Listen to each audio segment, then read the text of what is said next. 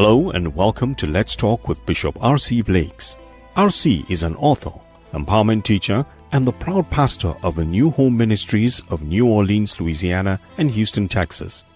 His message circles the globe. His conversational and candid approach to challenging content makes him a relevant voice to all generations. Get ready for a life-changing transformational conversation.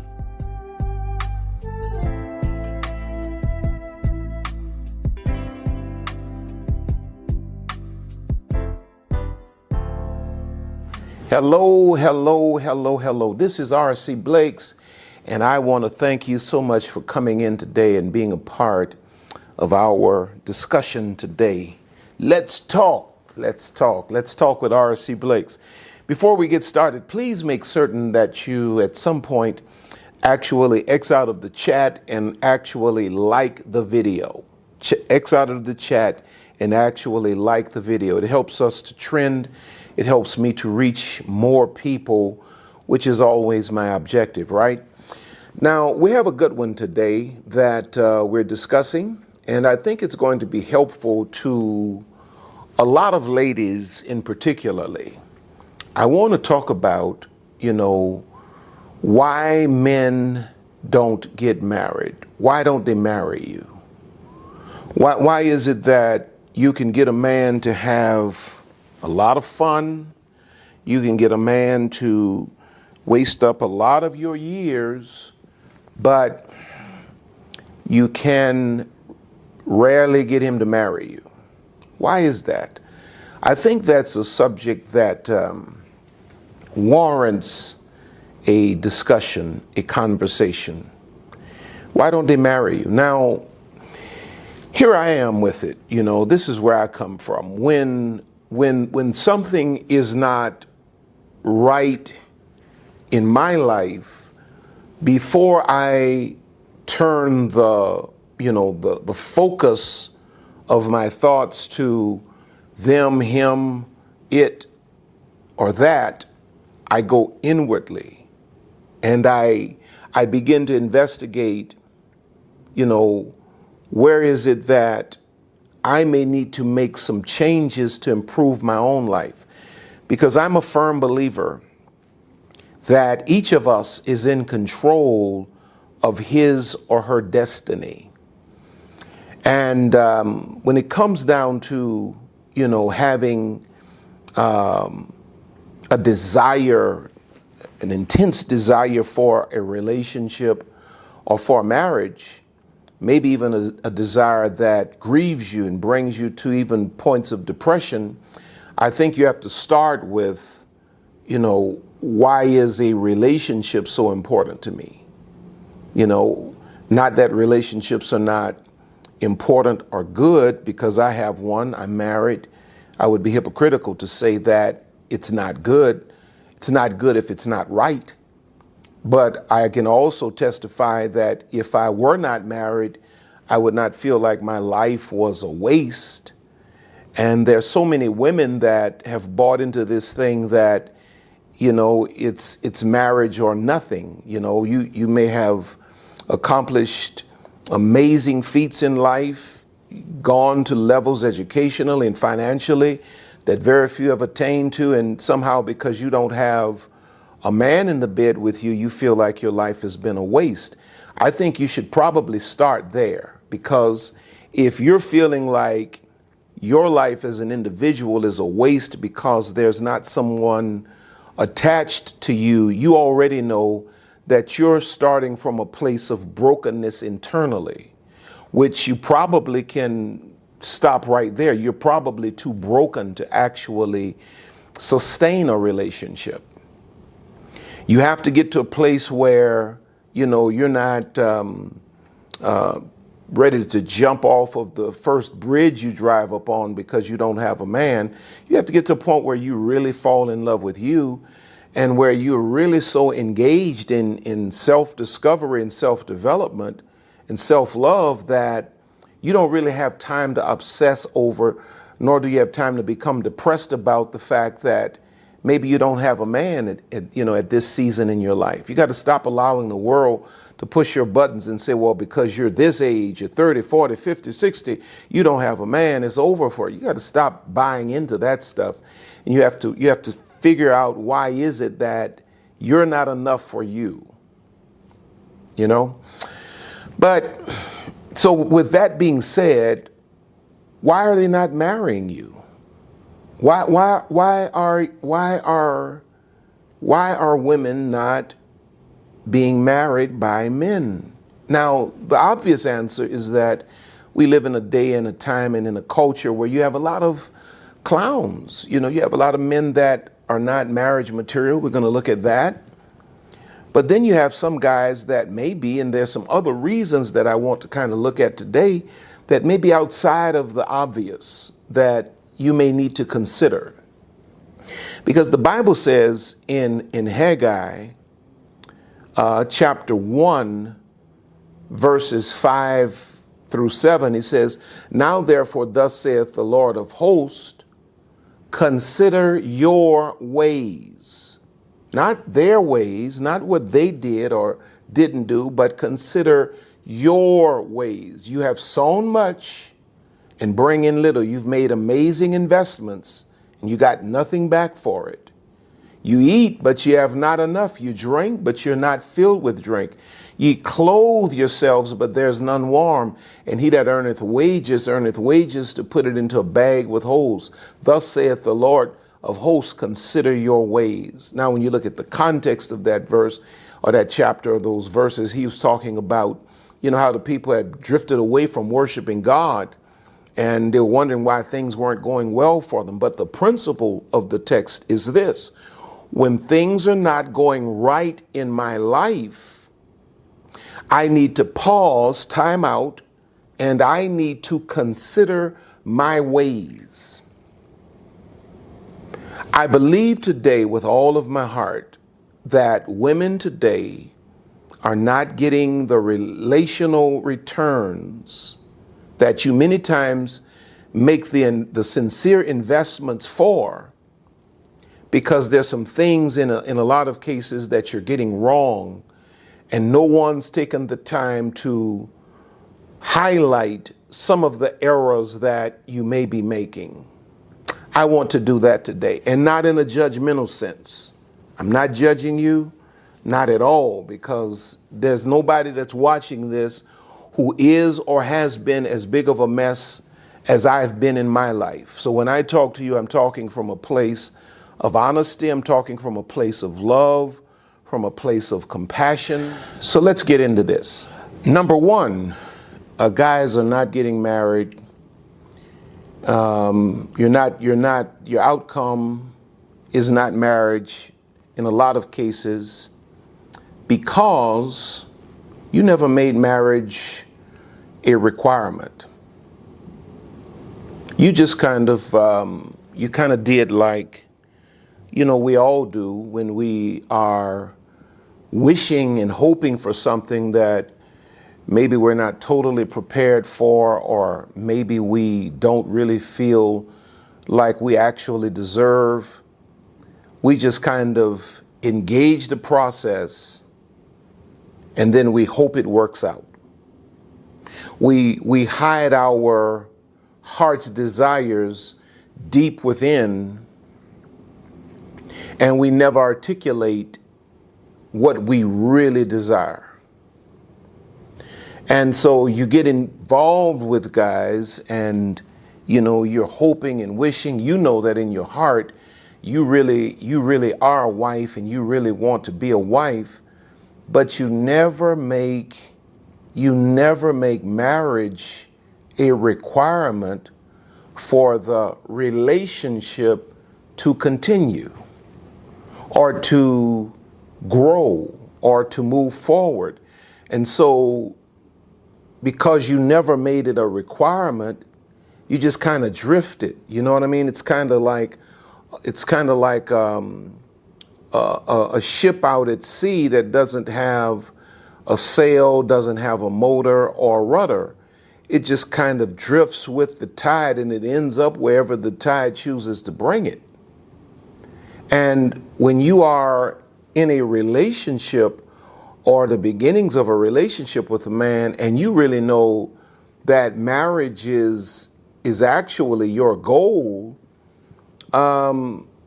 you don't do yourself a service to allow this thing to go on for months and then allow this thing to turn sexual and then get your money all tied up and then have babies out of wedlock, and then just a decade has gone by and now you've had children, you've done everything wives do for husbands, but you don't have a husband because you never made it a requirement.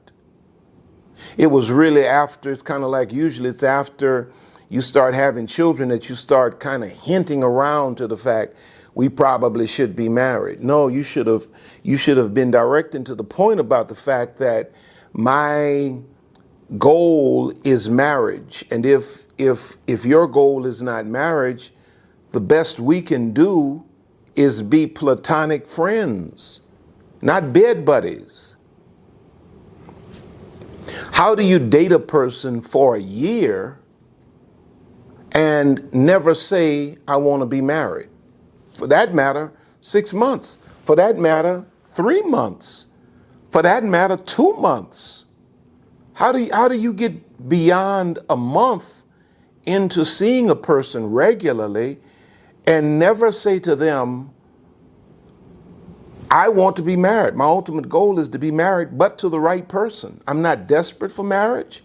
I don't need marriage to feel fulfilled or happy. I'm happy by myself. I'm happy within myself. But my goal is marriage. My goal is not to have sex.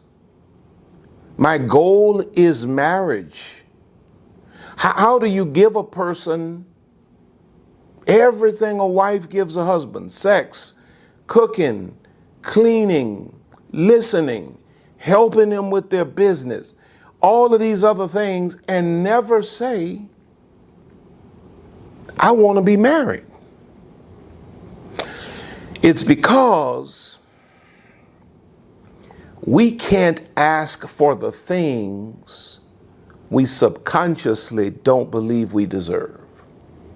That's why you were able to go that long without ever saying to this person, I desire marriage, and if marriage is not your goal, we just need to know where our boundaries are. We can't move out of the friend zone, the platonic friend zone, not friends with benefits. You can't ask. Most women are not bold enough to say, not even ask, but to state, my goal is marriage, and if that's not your goal, let's just be friends. Because subconsciously, most women have been conditioned to not believe they deserve marriage.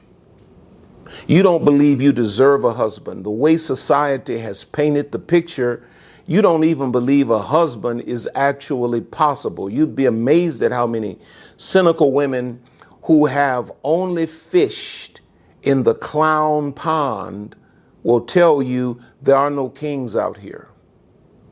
And because you don't feel like anybody else, is really getting this kind of an outcome, nobody else is really finding husbands. Well, that's you and your friends that practice the same, approach to relationships. You've never made it clear, I want a husband. I'm looking for a husband. I'm not looking for just dating. I'm not looking for sex. I'm looking for and I'm waiting for my husband. And being good with somebody saying, well, I just want a good time. I want to have sex. I'm not trying to be nobody's husband. Being cool with that and being able to say, okay, well, I feel you. You don't want that. I get you. And being able to finish the evening out, the dinner out, and let them go their way and you go yours, having stated your position. Most women who are not married never stated their position. Because if you had stated your position clearly, it would not have gone as long and as deep as it did The Bible says in James 4:2, ye lust and have not, ye kill and desire to have and cannot obtain, ye fight and war, watch this, yet you have not because you ask not. You have not because you what? Ask not. Listen to what Matthew chapter 5 and verse 37 says in the Message. It says, just say yes and no. When you manipulate words to get your own way, you go wrong. Just, King James says, let your yea be yea, let your nay be nay. Say what you want, say what you don't want, and let the chips fall where they may. Stop being out here in these streets dating and winking and half naked, trying to stimulate a man sexually, thinking that you believe in what you learned on the streets, that the bed is the fastest route to the altar. The bed is the fastest route away from the altar.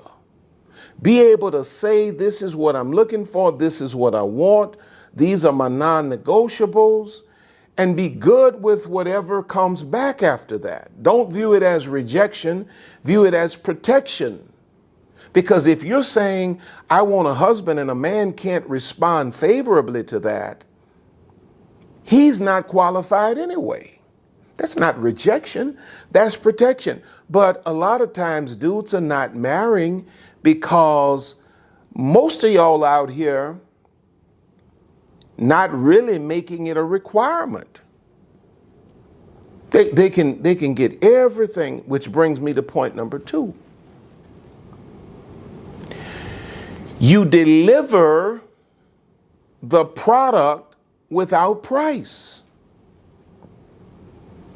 What is the number one thing on a man's mind? I forget the actual numbers, but it talked about how many times how many times in an hour, or maybe in some cases a minute, a man thinks about sex. A man is thinking about sex even when he's not aware that he's thinking about sex. Well, if sex is the number one thing on a man's mind, and he gets it for nothing, without price, he doesn't have to rise to any standard. He doesn't have to treat the woman a certain kind of way. He doesn't have to marry her. He doesn't even have to act like he wants to be married to her. And he still gets what he wants delivered, product delivered without price. Well, how many of you all know that if I could go into Cartier then people tell me, well, you can take whatever watches or jewelry you want, you don't have to pay nothing for it. How many of you all know that I'm going to leave out of there with my pocket stuff, my bag stuff? And how many of you all know I'm going back tomorrow, and if they're crazy enough to let me back in there and do the same thing, I'm going to plunder their place again tomorrow. I'm going back there the next day, and after I've cleaned them out, I'm going to tell them, now just text me when y'all restock, because I want to come back for some more of this. What keeps me respectful of breaching the doorway of Cartier? It's that I understand when I walk in there, the only way I can walk out with something is that I will have to have paid the price.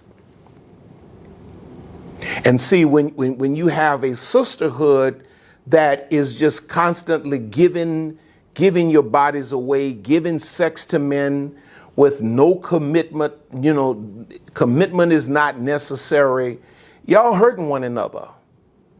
Because a man will walk by one woman that says, this is my standard, because he got 100 other women that don't have standards, and just you delivering the product without price. You're delivering value without price. And so now you've created a generation of men that expect you to give them everything you got free of commitment. And so now you've done this for a generation or two. And so now you have a generation of women that are saying, why can't we get men to marry us? It's because the generations of women before you have reconditioned the men to believe that I'm entitled to everything you have to offer without any commitment. I don't need to engage you. I don't need to say we're exclusive. You just give me what you got. You give me what you know I want without price. Women tend, now listen to this statement very carefully. Women tend to submit to men that won't commit.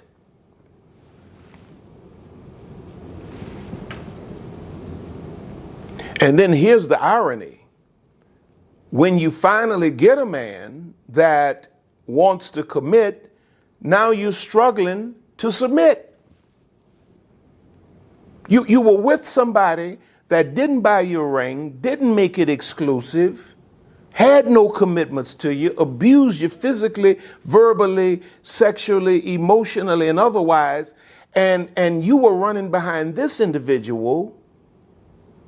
And now, after all of this, see, what happens is we put ourselves many times in situations where we allow one person or two or three people to break us, and then the one person that means us well and is doing right by us, we try to make them pay for everything the no good people or the no good person did. So what happens is, because we've not addressed our brokenness, now we get somebody who means us well, rather than reciprocating, we break them.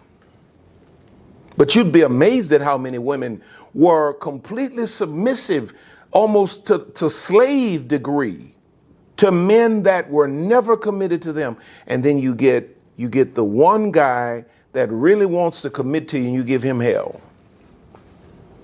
You make up your mind that you're going to get a backbone on the first man that really has a heart to cherish you and to honor you and to be patient with you. You give him hell. When all these devils you had, you didn't give them hell. You deliver value without price.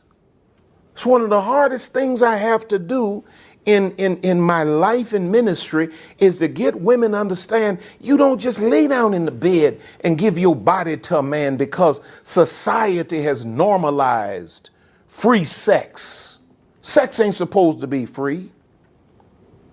A man is supposed to have to pay the price of commitment to lay down in the bed with you. But when you have generations of women that are constantly jumping in and out of the bed, what you're doing is you're making it difficult on the next sister that has a standard and holds to it. And those of you that have standards and hold to it, hold to it. Listen to what the Bible says in 1 Corinthians 14 and 40.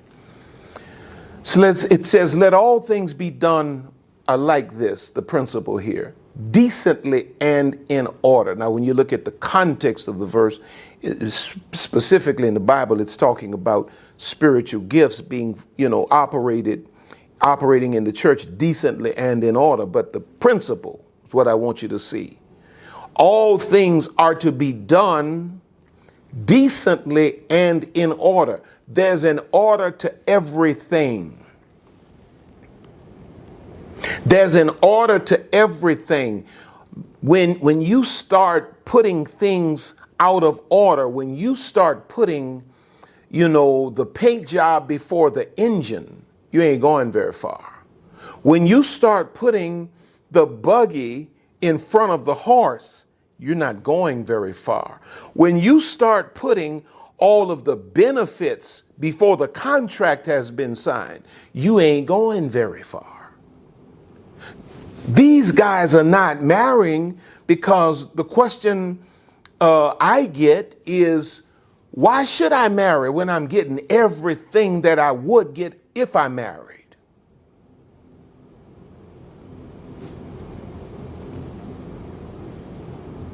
2 Timothy chapter 3 and verse 6 says, and this is the Amplified, It says, for among them are those who worm their way into homes and captivate morally weak and spiritually dwarfed women weighed down by the burden of their sins, easily swayed by various impulses. King James Version, that verse calls this woman silly, calls these women silly women. Delivering value without price. Do you think you're going to find a man that's going to come and bring you his whole paycheck and check in and put you on all of his bank accounts, let you handle all his money and you not delivering wifely duties? If a man understands, if I step up to the plate to be a husband, this is what I can, or this is what I will give, why can't you as a woman understand, if I step up to the plate, or if he steps up to the plate as a husband, then I'll give you this. If you can't step up as a husband, you ain't getting that. You ain't getting that, you ain't getting that, you ain't getting that. And you're certainly not getting this. You got to stop delivering value without price. Stop letting folk come up into Cartier shopping for free. I don't need to bring no wallet. What you mean, bro? You talking about you going to Cartier, right? Yeah, but I don't need to bring no wallet. I get that for free. I hope you see what I'm trying to say to you. I hope you're not I do hope you get mad with me. I don't care nothing about you getting mad. I want you to understand what I'm saying. I get that for free. I ain't got to do nothing for that. I ain't got to commit. I ain't got to promise nothing. I ain't got to do nothing. Watch this. Watch me make this call. These are the kinds of conversations these dudes are having behind your back with their boys. And for those of you that's shooting all of these naked pictures, that man ain't the only one looking at that. The whole barbershop looking at that. You just ain't had no daddy to tell you that that's the way it goes down. All that stuff you texting and inboxing and all that, the whole barbershop see that. His brothers and his cousins and his daddy, his uncles, and all of that nasty men in his life looking at that. You giving away value without price. You got this dude shopping in Cartier for free. All he doing is bringing the bag. You haven't outlined any price that has to be paid for the value he wants delivered. You got to get to a point where it's going to take more than a nice haircut, muscles, and cologne to get you up in the bed. It's going to take commitment. It's going to take a man that's really ready to step to the plate and honor you as his wife and he be your husband. Y'all got to stop this stuff, man. Y'all got to stop this stuff. Y'all can say I'm old fogey if you want, but all you got to do, you don't need to be a rocket scientist. Look around at your outcomes. You're not getting outcomes. Your stuff, your way ain't working. You may need to fall back on some of my old fogey thinking, because all you're doing now is just increasing your body count. And you wondering why would a brother get married when he getting sex? He getting his clothes clean. He's getting cooking. He got a whole wife without a contract.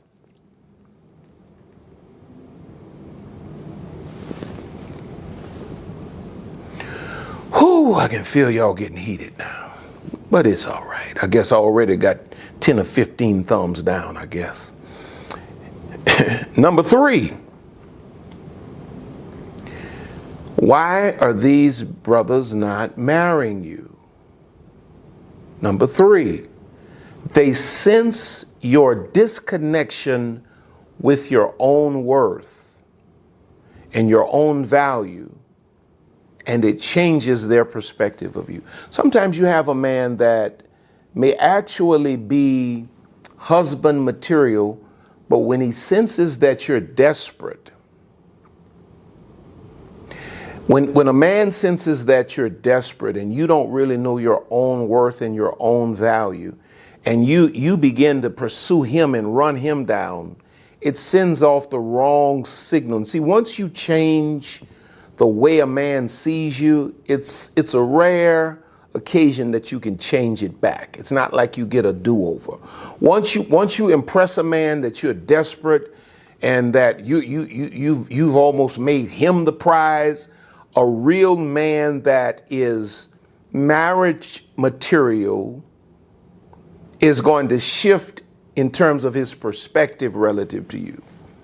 And that would have been something that you did because you were desperate, because society says because you're 30 years old, you 35, or you 40, you need to drop your standards and you need to be desperate and you need to do things that you normally wouldn't do.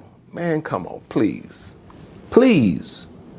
You teach people how to treat you, and you teach people how to see you by your own self-love and your own self-perspective. And you can have a great man, but if he senses that you are desperate and that you're pushy, see, when you're trying to run a man down and you just desperate to try to make something happen here, that's the epitome of masculine energy. A feminine woman falls back and lets a man play his role. The only way you can really be, now listen to this very carefully. The only way you can really be content in that feminine state, falling back and not being desperate, but letting a man play his role, letting a man lead and not giving off this energy that you don't really know who you are and you just desperate for anything.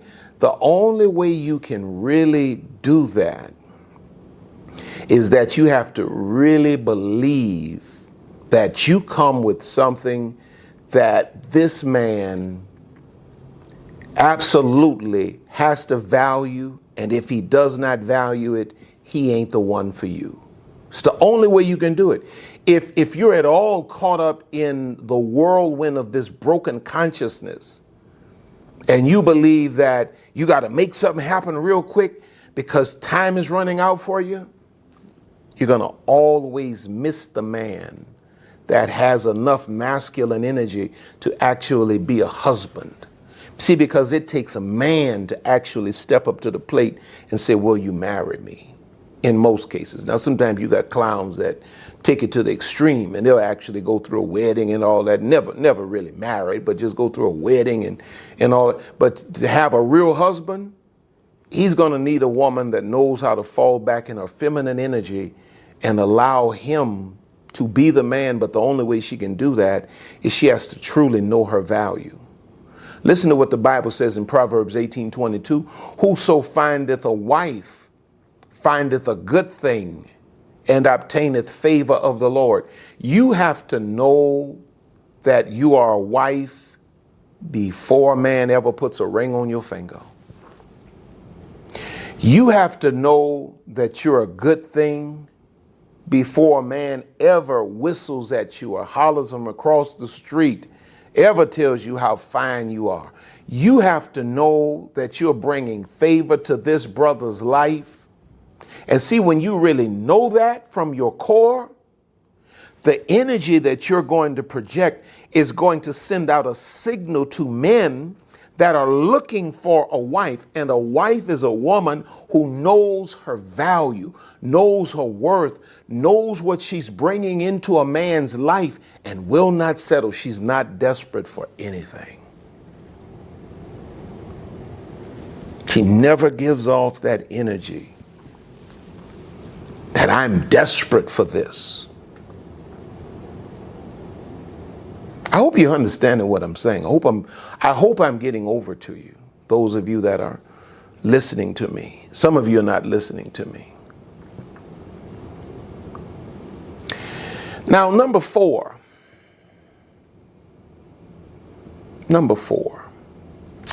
Why are these men not marrying you? And it's kind of bleeding out of some of the things I just said, but here's number 4. Brothers are not getting married because the woman, quite often, is attracting men who are not mature enough to commit. You're not seeing men marry you, as beautiful as you are, as gifted as you are, as intelligent as you are, as educated as you are, as spiritual as you are. You're not seeing men marry you because maybe you're attracting men who are not mature enough to commit. You may attract emotionally unavailable men because that's what you're attracted to. Maybe the women that are attracted to husbands are getting husbands. And maybe the women that are attracted to emotionally unavailable men who are not mature enough to commit, have no desire to commit, only want to play games and have sex and be prettier than the woman, maybe that's the guy that you're attracting because that's the guy you're attracted to. Maybe there's something to me saying that y'all may need to go back and really rethink, this thing you call your type. Maybe your type is the kind that does not commit, wants to play around and have sex and make babies, but does not want to marry.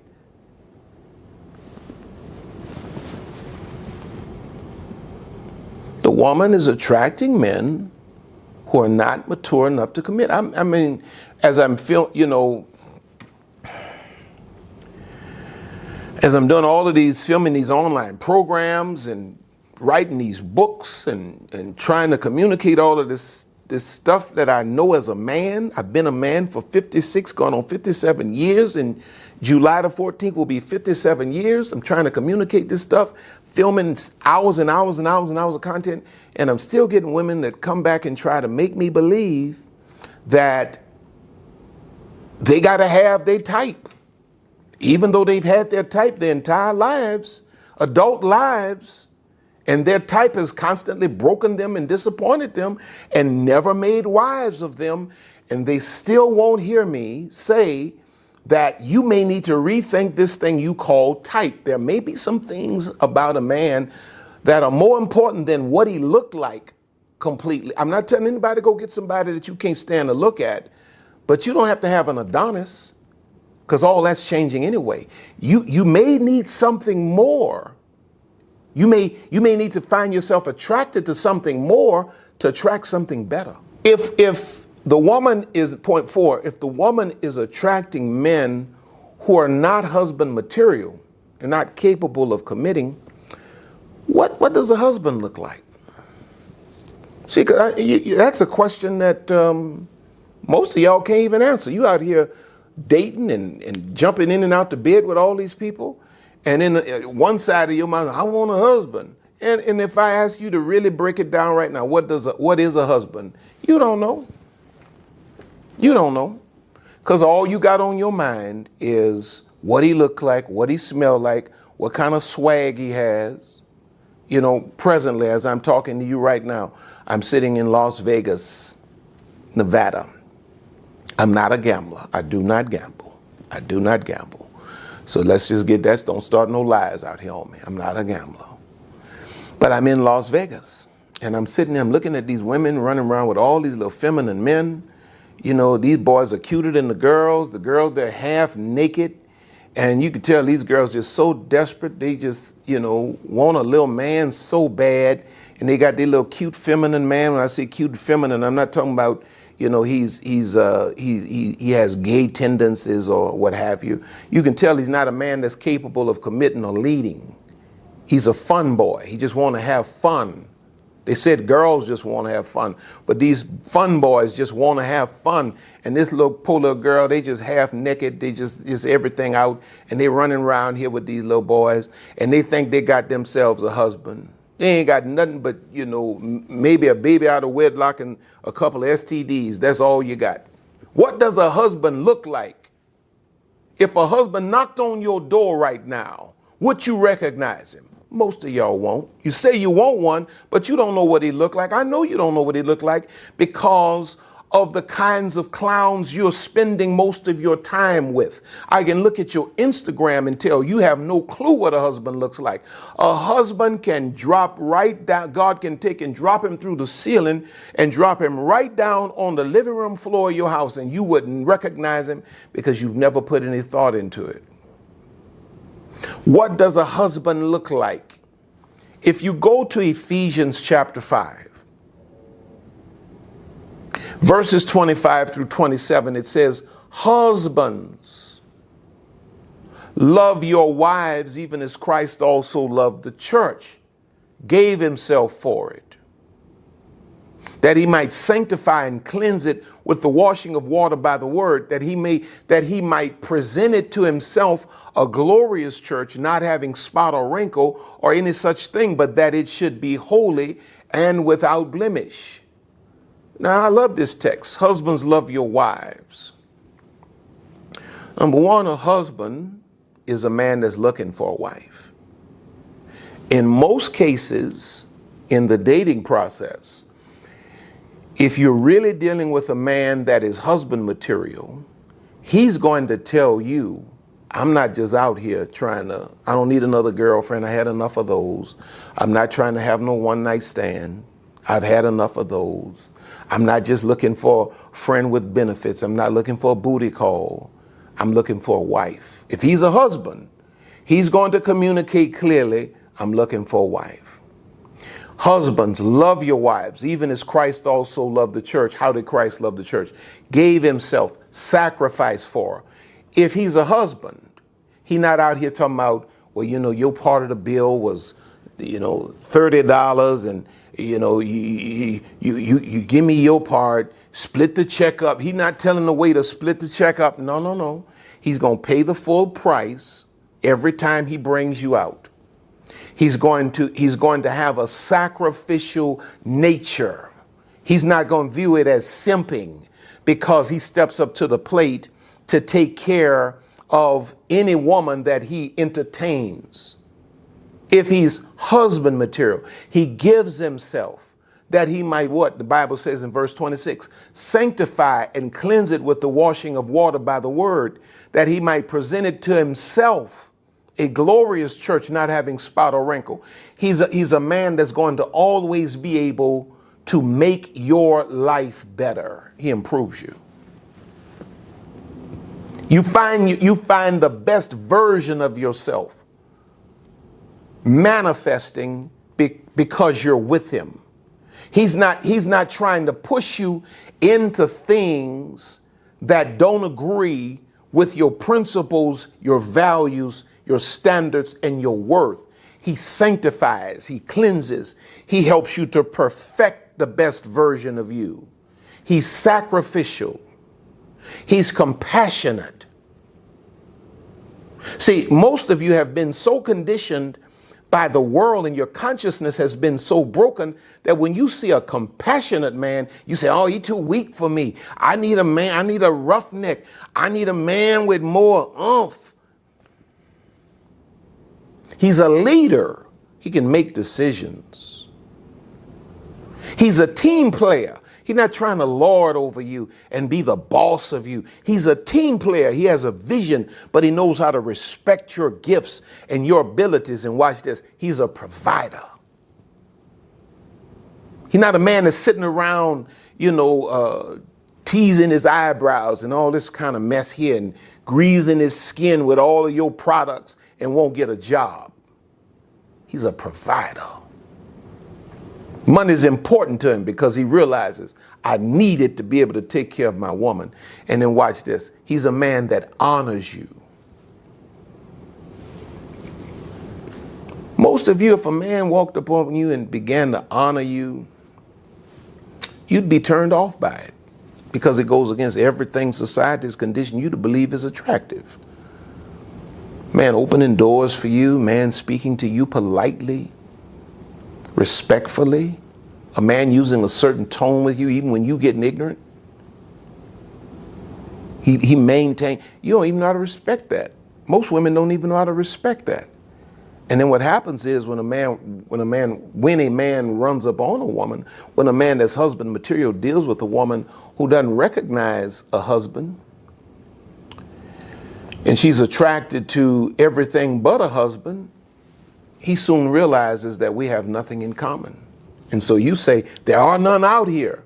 No, they're just hiding from women that don't appreciate real husbands. And the sad reality is that we have raised a generation of young women who do not really appreciate husbands. Usually, and I want you to hear this, and I'm speaking this in love, but it's true. Usually a woman is not looking for a husband until later in life. When all of your playgirl years are over and all of the hot, what y'all call it, hot girl summer, whatever, when all that's over, now you realize you need a husband. You ain't as concerned about an 8-pack. You're not as concerned about a hairline. You need a man that can listen. You need a man that can comfort. You need a man that can protect. You need a man that can provide security and safety. You need a man that don't mind putting the money together, making life more comfortable for you. All the pretty boy stuff is out the window. And society says, oh, you beyond that. That's a lie. That's a lie. Because just like you've been waiting on a husband, the husband been waiting on a wife. And sometimes all you need is to really believe, or know, should I say, that you are the value that the Creator made you. It does not matter how many years you've been here. There's somebody that looks at you and says, that's my good thing. That's my favor right there. Okay, number five, and then I'm out of here. I think I've gotten on y'all's nerves enough. Why are these guys not marrying you? Number 5, you may not allow space, and all of these kind of bleed one into the other. You may not allow space for the man to function in his masculine. You may be so caught up on trying to prove to the world, I don't need no man. I don't see, if you live in your life like that, where you trying to prove you don't need a man, you ain't gonna ever really get a man. Honestly, you may get a male that'll have sex with you, but if you live in your life trying to prove, I don't need a man, and that's what the society has done to a lot of women. You trying to prove you don't need a man. There's a difference between trying to prove you don't need a man versus proving you're an individual and that you have actualized. You know what I'm saying? You should not be in a position where you need a man, but you should not be in a position where you're trying to prove to the world, I don't need a man. Not if you want a man. Because any woman that's living your life where you're trying to, I don't need a man. I can pay for myself. I can take an engine apart. I know how to break a gun down in 5 seconds. I can fix the roof. You're out here living your life like that. Well, a man that would have the kind of masculine energy to be your husband looks at you, your profile, your conversation, your rhetoric, and says, well, she don't need me. Because a husband wants a wife, a woman that needs him. It's important to us. I have a woman like that that's really independent, can survive without me, and I thank God for it. But she recognizes that there are times that your husband, your man, needs his woman to need him sometimes. So even when you can open the jar, act like you can't open it. Babe, would you open this for me? You ain't got to lie. Just say, babe, would you open this for me? And then he pop. Oh, thank you, babe. Oh, Lord, look at you. Strong, you're strong man. Strong man. And he walk over and because sometimes you have to just make space for the man to function in his masculine. And see, a lot of ladies have really, you're phenomenal. Your strength is phenomenal. The way you've stepped into roles that you were never designed to have to function in. it's phenomenal, but you got to know how to take this hat off and then put this other hat on, because a husband is generally a masculine man and needs the space to be the man. He can't wake up every day fighting with you for his pants. A man has to, this is something Chingy said. Chingy is an amazing coach for women in relationships. Chingy said in a conversation we had, she said, a man has to do good to feel good. A woman needs to feel good to do good. A man has to do good to feel good. A woman has to feel good to do good, because men, psychologically, we equate our value with what we do. So when we feel like we're doing good, we feel good. So it means that we have to have a woman that gives us an opportunity to do good. Because if you always paying the bill, you should never pay the bill, in my opinion, unless, I'm in the hospital or something. But if you always paying the bill, you always fixing the problems, you always coming up with the solutions, and you never make room for your man to be the man, to do good, he's not going to feel good about the relationship. And if he doesn't feel good about the relationship, he's going to lose interest. What good is Superman if every time he flies through the sky and swoops down under the bridge, there you are saying, I got it. I defeated the monster. I'm holding the bridge up, Superman. You can go. Well, what happens? Okay. I hope I'm making sense to you all. Listen to what Ephesians 5:24-25 says. So just as the church submits to Christ as he exercises such leadership, wives should likewise submit to their husbands. Husbands, go all out in your love for your wives, exactly as Christ did for the church. A love marked by giving, not getting. Now, I use this text to conclude this conversation because it brings up the curse word submission. What is submission really? What does it really boil down? Does it mean you're a slave? Absolutely not. Does it mean that you're a second-class citizen to your husband? Absolutely not. Does it mean that he's the boss over you? Absolutely not. It means that you all are a team and you have specific roles. And so when the Bible says, wives, submit to your husbands, you know what it's really a call to? It's an ancient call to the woman to fall back into your feminine and allow your man to function in his masculine. And it's his nature, if he's a real masculine man, to give, not to take, not to get. If you got a little man that's satisfied with you constantly giving, you got a little feminine man. When you get a real masculine man, he's a brother that's going to want you to just give him the opportunity to what? Give. Just give me the opportunity to give. Just let me give. And so sometimes they're not marrying you because you're not making space for the brother to be the man that he was created to be. And so these are just my thoughts. I hope that I've not incited a riot with this conversation, but I think it's necessary. And since a lot of you listen to me, I want you to really hear my heart on this.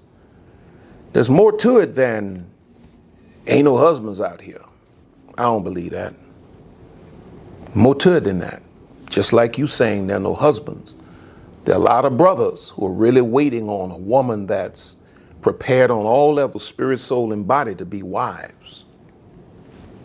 And for some of you, my sisters, you need to fall back from just the constant abuse that you're putting yourself through, one bad relationship after another. You need to fall back and heal and purge and cleanse, and then renew your mind. Get the right stuff in your mind. Cut out all of this other stuff you're listening to, and get the right stuff in your mind so that you can actually become the kind of woman that's suitable for the right kind of man and the two of you can meet. I'm a firm believer that the reason most people have not met is because one or the other is preoccupied with somebody they should have never given time to. And so those are my thoughts. These are my thoughts. Let me pray for you. Father, I thank you for the opportunity to speak into the lives of so many people. And though this, dear God, was not an easy conversation, I thank you for having given me the grace to deliver it. And now, God, let no one misunderstand my words, but let them receive my words in love and in sincerity. Thank you for bringing healing to every heart. In Jesus' name, amen, amen, amen. Now listen, don't forget to make certain now that you like this message before you leave. I need you to do that. Also, go by my website, rcblakes.com, sign up for my mailing list, email list, and check out all of my online programs. Go to Amazon, check out all of my books. Those of you that need counseling, there's a link for BetterHelp Counseling. If you use that link, it'll afford you 10% off of the counseling, and they in turn will make a deposit into R.C. Blake's Ministries for the referral. I'm not a counselor. I'm not a mental health professional of any kind. Just a man, a preacher, and I have some opinions. I've lived a little life. And so if you need counseling, go there. But I love you. Lisa and I love you. Thank you for sowing into our lives. We appreciate you. We love you so much. We love you so much. We thank God for you. Now, remember this, I want you to keep this at the front of your mind. You're on top and you're going higher. I don't care what it looks like. I don't care what it feels like. You're on top and you're going higher. God has more in store for you. So guess what? I'll see you at the top. God bless you. Until next time, I'm R.C. Blakes.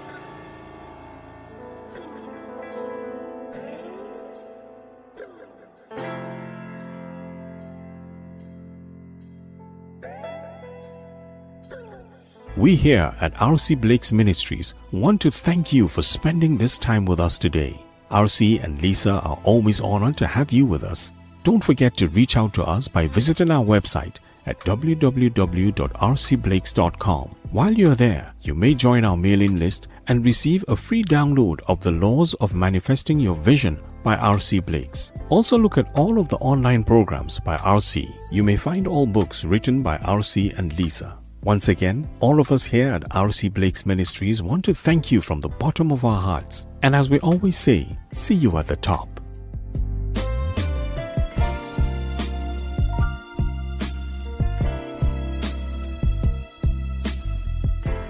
Hello. This is R.C. Blakes, and I have a very, very special opportunity that I want to make known to you. There's this thing that God has given me. It's next level ministry. It's called the Mordecai Mission. It's exclusively for women, and it's a group mentoring program that's limited to a select number of women because it's very personal. And I make myself personally available to this group for 12 weeks. Each week we will meet by Zoom, and our meetings are usually about 2 hours, inclusive of my teachings and the Q&A. We send out binders for you to keep all of the lessons that we will teach over the 12 weeks.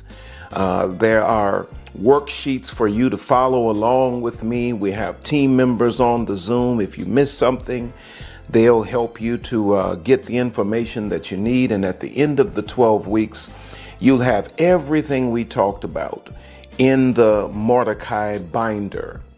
Now, the program is broken up into 3 sections: inner healing, self-discovery, self-development. It's the Mordecai mission. I call it the Mordecai mission because Queen Esther was really the cousin to Mordecai. Esther didn't have the benefit of a father, so Mordecai had to step in and become the parental or the paternal substitute for Esther. He trained her and he raised her up. And you know the story. She went on to walk and to live out, to actualize her queendom. And Mordecai was her teacher. So I view myself as the Mordecai in the lives of the women that have been a part of the Mordecai mission. And I'm inviting you to be a part of it if this is something that you're ready for. This is not for everyone. You know, some people get enough just from YouTube, social media, Sunday sermons. But then there's that woman that says, no, I need to dig deeper. I need more access. I need to be able to ask questions. If that's you, I want you to check it out today. Now, seats are very, very, very, very limited. I can only take so many because this is a very personal, up close, I'm available to you type meeting. We're not on a clock. I'm sitting there from week to week, session to session, and I'm answering all of the questions, and I'm pouring out of my heart. So I would love to see you in the next Mordecai mission if this works for you. God bless you. I love you. And Lisa and I would love to see you in the Mordecai mission.